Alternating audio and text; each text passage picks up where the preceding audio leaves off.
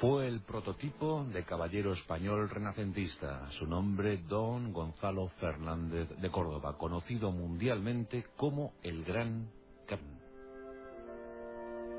Nacido en un lugar de batalla, en un lugar legendario, en Montilla, en Córdoba, allá donde se celebró la importantísima batalla de Munda. Año 45 a.C., las tropas de Julio César obtuvieron una resonante victoria sobre los restos de los ejércitos pompeyanos, en aquella contienda civil fratricida que quedó resuelta en favor del arquitecto del Imperio Romano, Julio César. Bueno, pues algo debió quedar impregnado en aquellas latitudes, que fue recogido posteriormente por este gran artífice, por este gran creador del moderno ejército español. Nacido en Montilla en 1453, su educación fue exquisita. Los mentores que tutelaron esa educación supieron inculcar en el joven valores esenciales para poder afrontar un destino heroico. Era apuesto, galante, muy adentrado en las lides del protocolo, de la diplomacia, siempre supo tratar, habló con unos y con otros, y su carisma se dejó notar en los círculos más elitistas. Pronto la batalla le llamó. Su mundo, su don, era el de la estrategia militar.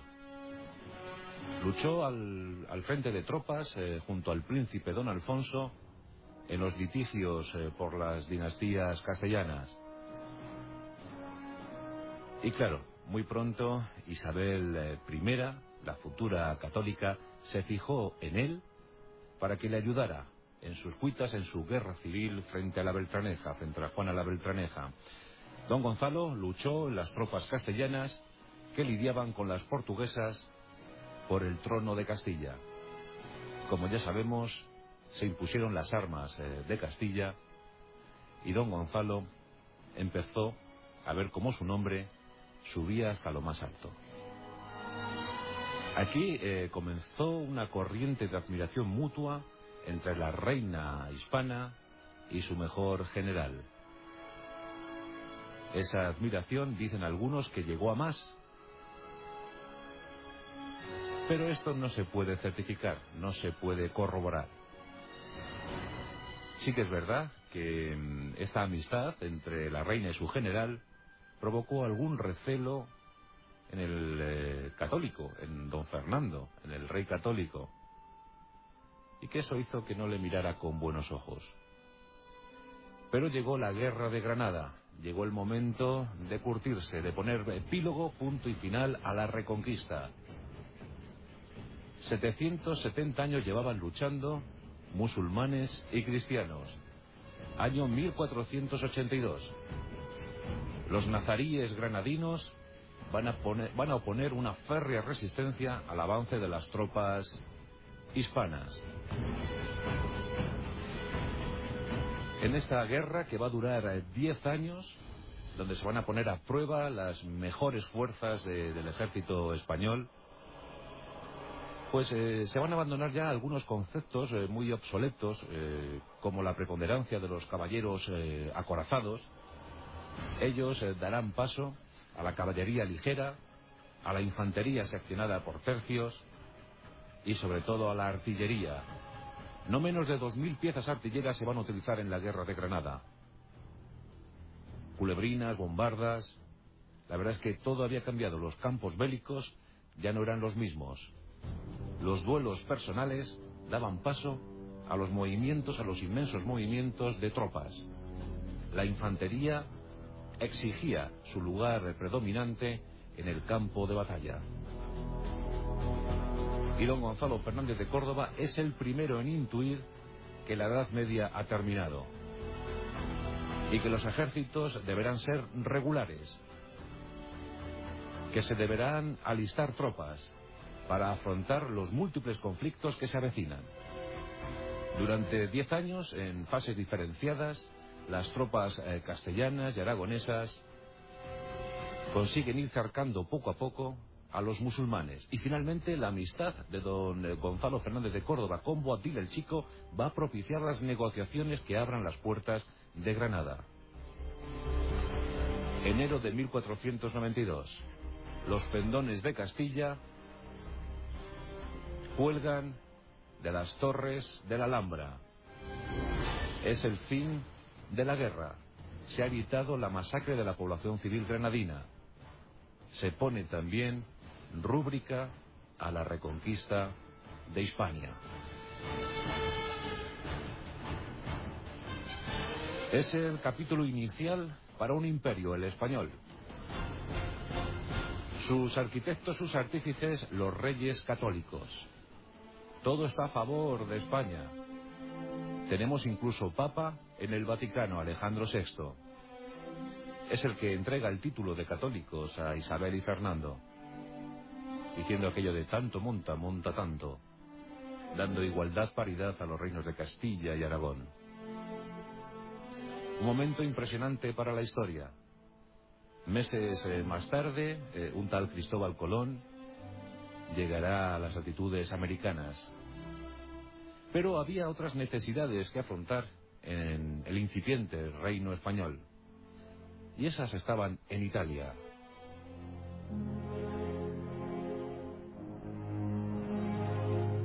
Decían por entonces los soldados pertenecientes a los primeros tercios, tenían un lema, decían: España mi natura, Italia mi ventura, Flandes mi sepultura. Bueno, pues el creador de los tercios fue don Gonzalo Fernández de Córdoba. Y esos alabarderos, esos arcabuceros, esos piqueros van a dar muy buena medida de sus posibilidades en las guerras de Italia, iniciadas en 1495, un conflicto entre franceses y españoles por el control del reino napolitano. Los franceses presionaban desde el norte, los españoles hacían lo propio desde el sur. Se necesitaba alguien con carisma que pusiera fin a una guerra que iba incrementándose paulatinamente. Los reyes católicos deciden enviar a su mejor general. 1495, Gonzalo Fernández de Córdoba pone pie en tierra napolitana. A partir de ahí, su brillante estrategia, su perspectiva en la táctica, consiguen para las armas españolas resonantes victorias. Va a ser un periodo con altos y bajos, con momentos de paz, con momentos de auténtica guerra, pero que va a durar unos 12 años. Más de 100 victorias para don Gonzalo Fernández de Córdoba. Sus tercios, sus soldados españoles cobraron tanta fama que desde entonces fueron considerados durante más de siglo y medio las mejores tropas, los mejores ejércitos de Europa. La infantería española era temible allá donde ponía pie. Y el gran impulsor, el gran defensor de aquellos conceptos bélicos, de aquellos flamantes conceptos bélicos, fue el gran capitán, venerado por sus hombres, idolatrado también por sus enemigos. Todos sabían que si se enfrentaban al gran capitán, pues podían tener muchas posibilidades de sobrevivir. Fue siempre magnánimo con los vencidos. No le gustaba hacer prisioneros, les dejaba marchar a cambio de la promesa de no combatir. Ceriñola, por ejemplo, Garellano, por ejemplo, son victorias apabullantes para las armas españolas. Y el gran protagonista de aquellos eventos fue sin duda el gran capitán. Pero en 1504 fallece Isabel la Católica. Y aquí comienza a cebarse la desgracia para el gran capitán. Fernando V y su corte de estómagos agradecidos desarrollan una inquina terrible hacia el gran capitán. Le critican y comentan que los gastos de la guerra de Italia son excesivos. Bien es cierto que el gran capitán ha conseguido un reino para España, que ha conseguido muy meritorias victorias, pero que los gastos habían casi vaciado las arcas del Estado. Fernando V escucha a estos mezquinos y decide pedir cuentas al gran capitán. Toda una infamia. El propio rey se desplaza a Nápoles para escuchar las explicaciones que debe dar el gran capitán sobre sus gastos, sobre sus tremendos gastos. Y aquí se produce uno de los capítulos, pues yo creo que más risibles, uno de los capítulos más patéticos dentro de nuestra historia militar.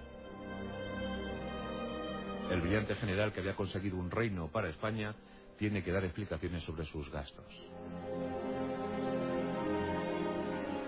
Curiosamente, cuando recibe esa orden, don Gonzalo no rechista y decide acudir a la estancia donde se encuentra el rey para ofrecerle esas explicaciones. Y bueno, pues como podéis figurar, el asunto fue ciertamente lamentable. Don Gonzalo llegó, como digo, un galante, un hombre guapo, muy presentable, llegó con sus mejores galas, vestido pulcramente, con mirada altanera, y se plantó ante el rey. Sacó unos papelillos y ante la petición de los, así entre comillas, fiscales, empezó a recitar: 100 millones de ducados por los picos, palas y azadones que hemos necesitado para enterrar a los enemigos. 150.000 ducados por los guantes perfumados que nuestros soldados han utilizado para no recibir el hedor de los enemigos fallecidos. 400.000 ducados para reponer las campanas que han sido dañadas de tanto repicar, clamando la victoria de nuestros soldados.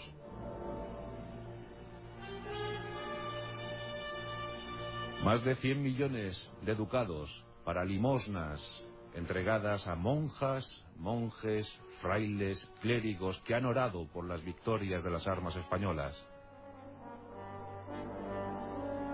Y finalmente, 200 millones de ducados, que es lo que vale mi paciencia, por descender a las minucias de un rey que exige a su general cosas que pone por delante antes de saber, antes de averiguar que le ha entregado todo un reino. El gran capitán se mofó de su monarca y le dijo que qué le estaba pidiendo después de todo un reino como le había entregado. El rey Fernando bajó la mirada, supo que había cometido un gravísimo error y ordenó que aquel asunto quedara zanjado.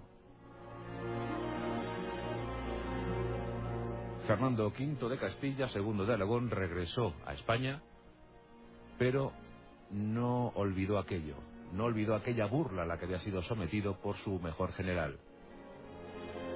Y el odio que sentía hacia él, acaso desde los tiempos de su mujer Isabel I, con tanta admiración hacia don Gonzalo, pues el odio se aumentó, se incrementó a tal punto que en 1507 le hizo volver a España. Don Gonzalo volvió para recibir el desafecto de la corte. Fue injustamente relegado a un segundo o tercer nivel.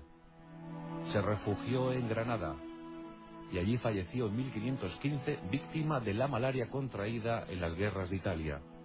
Finalmente Italia acabó con su vida. La malaria se llevó a don Gonzalo. Eso sí, el rey ordenó que la corte se enlutara, que todos vistieran de negro. La ceremonia que se organizó fue desde luego fastuosa. 200 banderas acompañaron el féretro de don Gonzalo Fernández de Córdoba. 2 pendones reales arrebatados al enemigo. 200 banderas, más de 100 victorias que fueron aclamadas, que fueron recordadas en ese momento final. La verdad es que es el mejor general, el mejor militar que hemos tenido en muchos siglos, el gran capitán. Pero ese odio, ese recelo injustificado del rey Fernando deslució de algún modo la biografía brillantísima de este inmenso hombre de Estado, un hombre renacentista, un hombre que supo ver que la Edad Media había quedado atrás y que había que dar paso a las nuevas formas de guerra, que eran muy necesarias para que España fuera lo que fue. Y es verdad, Si el Imperio Español se pudo levantar, fue gracias al esfuerzo de miles de soldados que, bien adestrados, bien entrenados en los tercios, dieron una medida espléndida de sus posibilidades en cualquier punto del mundo. En América, en Italia, en Flandes, en Alemania, fueron los soldados del rey, los soldados adiestrados por nuestro querido gran capitán.